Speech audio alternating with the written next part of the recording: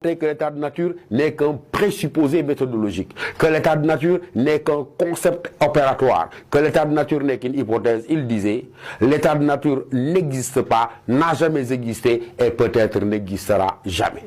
Mais lorsque ce cher Jean-Jacques Rousseau a fini de dire l'état de nature n'existe pas, n'a pas existé et peut-être n'existera jamais, il ajoute, nous avons cependant besoin de nous représenter un tel état pour comprendre comment les hommes sont passés de l'animalité à l'humanité, de la nature à la culture.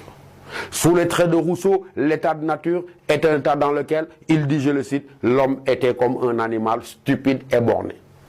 Et lorsque Rousseau dit à l'état de nature, l'homme était comme un animal stupide et borné, c'était une manière de dire que presque rien ne distinguait de l'homme de l'animal, parce que l'homme était simplement alors un réservoir d'instincts, de pulsions et de désirs, instincts, pulsions et désirs auxquels il donnait une pleine et entière satisfaction. Pourquoi pouvait-il le faire? Parce qu'il pouvait compter sur la générosité et l'abondance de la nature, parce qu'à l'époque, il y avait un équilibre parfait, nous dit Rousseau, entre l'homme et la nature. Ça veut dire quoi? Quand l'homme avait des besoins, la nature, dans sa générosité, lui apportait les moyens de satisfaire ses besoins.